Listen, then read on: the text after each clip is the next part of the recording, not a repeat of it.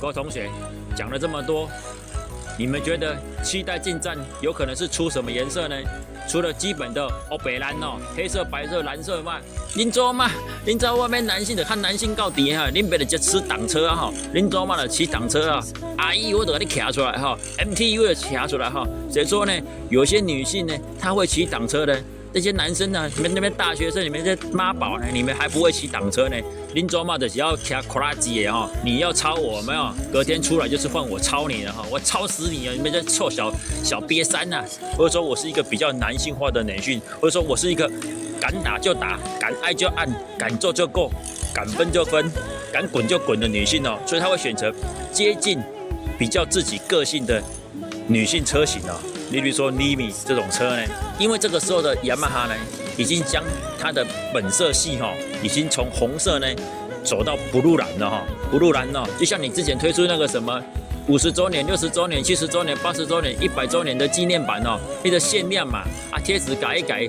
被搭对不对？就有人买了，而且还可以卖得比较贵反正呢。世界上呢，不缺男人，不缺女人最缺盘子而已盘子多，车价就会多所以说，当它油土在打造的时候，这个线条，车身的线条如何切割，然后这个该凹该凸，亮光色，或是凹进去它的那个浅层的那个深层的阴影色，甚至它这个立标呢要怎么放，这个在都考虑到设计师他的设计功力，才能够呈现出造型的美学。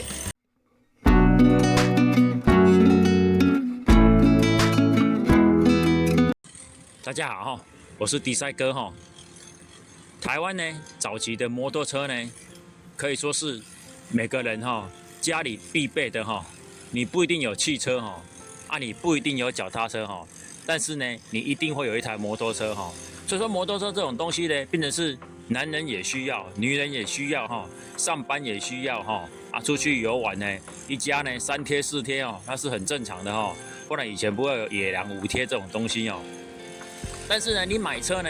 除了价格、外形之外，最后决定你要不要买的最大的因素呢，就是车色颜色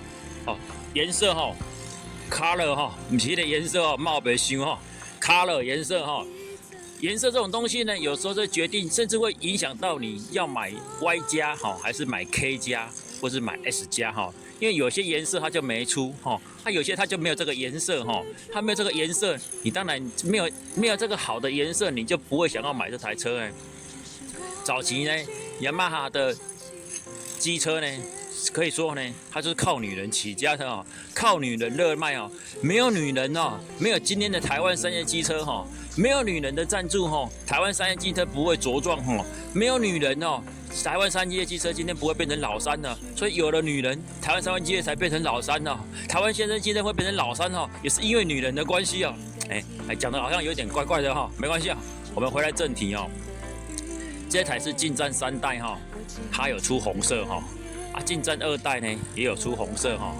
进站1代呢也有出红色所以进站早期呢也是靠女人起家的也不是这样子讲啦，因为它也是要照顾到它以前的女性族群以前雅马哈的3本柱这个 QC 还有进站Cygnus 这算是以前雅马哈能够在台湾消费者之中根深蒂固的3个本柱为什么雅马哈坚持在进站3代之前呢，都要推出红色就是照顾以前抚育她长大的女性群众早期雅马哈呢，最具代表性的女性车款呢，当然就是 Jogger 啦、QC 啦、Verona、Limi 还有 RS 这些车型呢，你几乎都可以清一色呢，可以看到雅马哈有推出红色甚至是大红色非常红的颜色不是像是卖什么粉蓝呐、粉绿啦，那种粉色系的被昂的昂昂弟弟昂唧唧的红色不是那种假红色不是那种假的红色是真正的红色所以说他为什么这么敢大胆的推出红色呢？他就是标榜说，我这胆的行卖给女性朋友卖给女性观众不是说搞那种什么半男半女中性的装扮所以说呢，雅马哈敢这么做呢，就是他肯定说这台车推出来，一定是有女人会买我的车进站1代、进站2代、进站3代那个时候呢，会买红色的女生呢，就是说我想要一台比较粗壮一点、比较有男性气概一点，但是我又不能让人家觉得说我没有女性的特质哈，所以说他才会买女性的男性车哈，就女人的不是女人。男人的女人车或是女人的男人车，它是糅合在一起的，就变成是红色的进站、红色的 Jog、红色的 Verona 或是红色的 Vino。到了进站世代之后，雅马哈似乎呢就很少再推出针对男性车的红色车款了，因为这个时候台湾的女性呢，她要 man 呢，她会选择比较 man 的车型哦，已经不用再用车色上去强调说我是一个比较 man 的女性，或者说我是一个比较男性化的女性，或者说我是一个敢打就打、敢爱就按、敢做就够、敢分就分、敢滚就滚的女性哦，所以她会选择接近比较自己个性的女性车型哦，例如说 Limy 这种车呢，她就不需要再去用颜色了，甚至说。女性呢，她买 Limy 她也不一定要买红色的 Limy 呢，那她就选择我就要买黑色的 Limy， 或是说我就买白色的 Limy 哦，看是我要偏软性的男性，或是非刚性的男性哦。所以说呢，进站4代、5代，甚至于6代呢，你就看不到有红色的进站了，因为这个时候的雅马哈呢，已经将它的本色系哈，已经从红色呢走到 blue 蓝了哈 ，blue 蓝呢，就是说它的 R 系列呢。R 基因呢 ，R DNA 进来之后没有，雅马哈它的回归它自己在 MotoGP 上的颜色哈，就是蓝色哈。像 MotoGP 呢，日本的4大天王呢，Kawasaki 呢，我们就很明显的，它就是苹果绿哈。Honda 呢，它的基本色呢，就是应该是红色哈。雅马哈呢，在赛车场上面当然就是蓝色哈。至于 Suzuki 呢 ，Suzuki 应该是白色啦，我也不确定啦，因为这个就看大家去想象哦。因为它每个时代都有每个时代它推出它的基本车款哦。Suzuki 应该也是蓝色啦，反正不是红色、蓝色就是白色哈。黑色呢，反而是比较少哈，因为黑色的话在国外呢比较不那么受欢迎哦。黑色反而是一些汽车车厂哦。另外呢，雅马哈的车型呢，为什么呢？有人说买雅马哈的车会比较保值呢？当然，这个保值的成分呢，跟保时捷是没有关系的哈。但是保时捷跟雅马哈的保值呢，这个定义上呢，都是相同的。保时捷的保值呢，是它的稀有性哦，它的特殊性，它在造型上面不妥协性哦。像以前呢，你要买跟青蛙很像的车子呢，你就要买保时捷哦。你要想买跟马很像的车子呢，你是买马自达吗？不是哦，马自达跟马一点都没有关系哦。你要买很像马的车呢，你就要买法拉利哦。法拉利是哪里像马呢？没有，是因为它的标签哦很像马，它的 logo 像马而已哦。早期呢，你在车子的外形上。你觉得说这个车型设计的很美，设计的很隽永，设计的会不会流行呢？大家会想要买雅马哈的车呢？至于两洋的车呢，它的造型呢，可能就是比较短线性的潮流哦。比如现在流行工业风呢，它就设计一些比较工业风的车型哦。比如现在很运动风呢，它就设计一些运动风的车型。比如说它那个设计呢，它的考量点呢，它的考量的时间点可只有2年3年哦。可是雅马哈或是一些国际大厂呢，或是 Suzuki 的车厂呢，它除了必须考虑过往旧车型的传统，而且还必须要考量未来3年、5年甚至10年的流行的趋势哈。甚至说呢，目前大家流行的那个 tempo 是什么呢？大家流行的那个 fashion 是什么呢？它必须要考虑进去哦，然后融合成一个车型哦。有时候我们看这个车型哦，你看这个是红色嘛，然后它搭配白色，对不对？黑色的坐垫，黑色的手把，甚至这个熏黑的头灯，这个其实都是一个整体造型美学的考量哈。不是说你也可以这样，红色配黑色配白色配蓝色，你知道变成啥？红橙黄绿蓝靛紫7彩霓虹灯哦，那个电子花车吗？这样子也不行嘛。所以说呢，每个车厂它都有它的主力色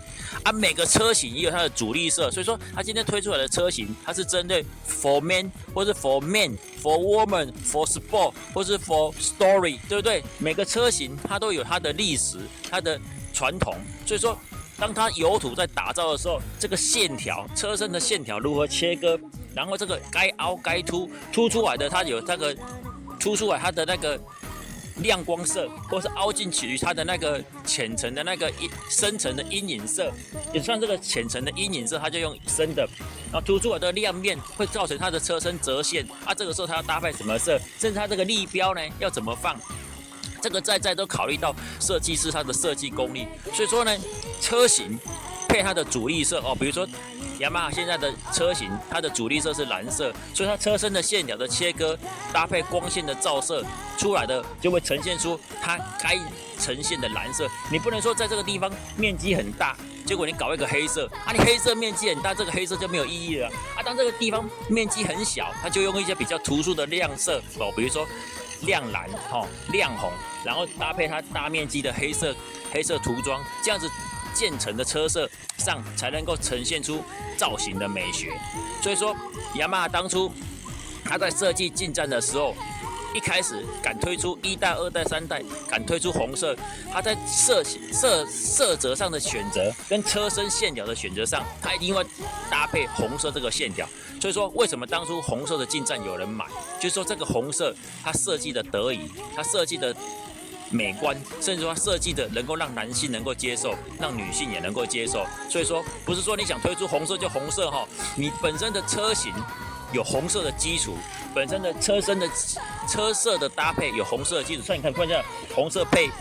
白色，这样就很好看。你红色如果配绿色，看清吗？对不对？对不对？你红色配黄色，看清吗？没看清吗？对不对？所以说，当初你敢做红色，你就要有红色的担当，你要有红色的把握，你对红色要有一定的掌握度。台湾消费者对于红色的选择其实已经很少了，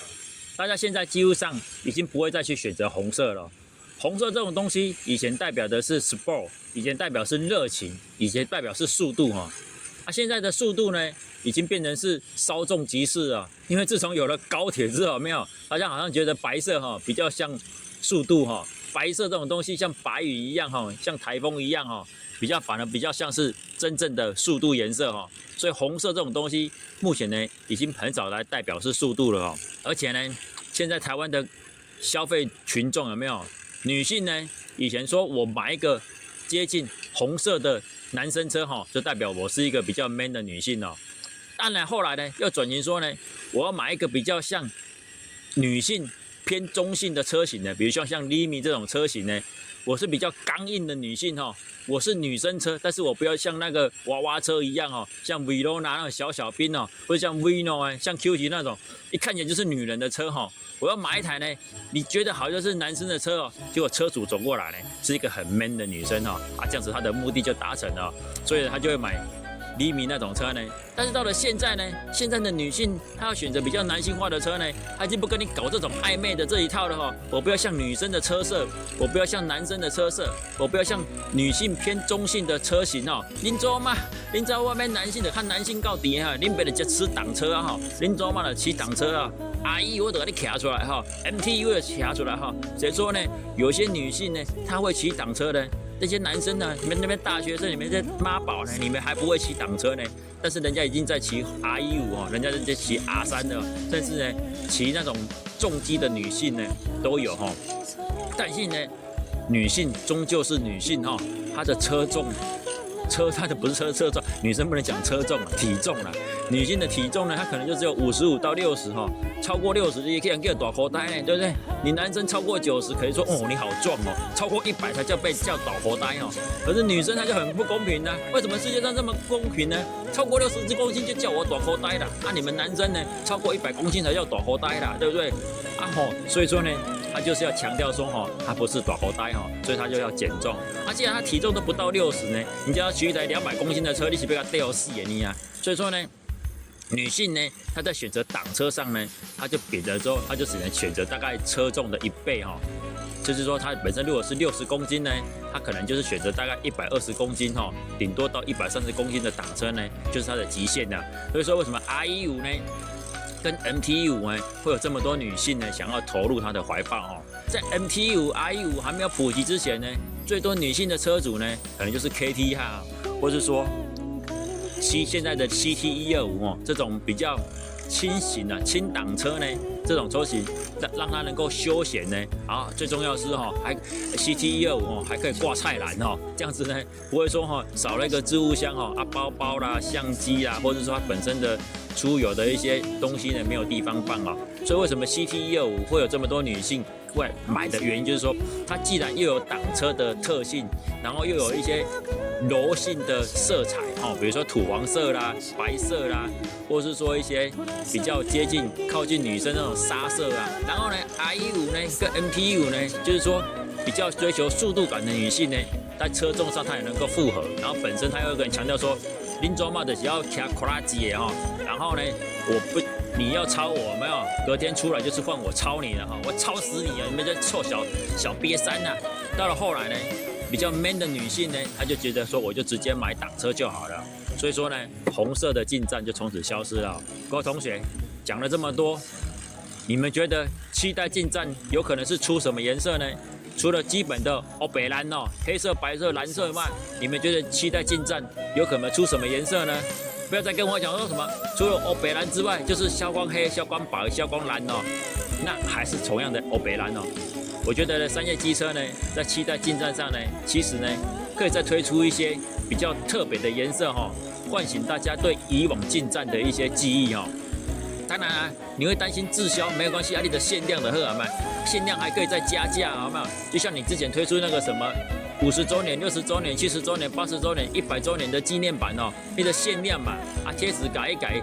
被打对不对？就有人买了，而且还可以卖得比较贵哈。反正呢，世界上呢不缺男人，不缺女人哈，最缺盘子而已哈，盘子多，车价就会多哈。以上就是我对红色进站的一些解释哈，谢谢大家，谢谢。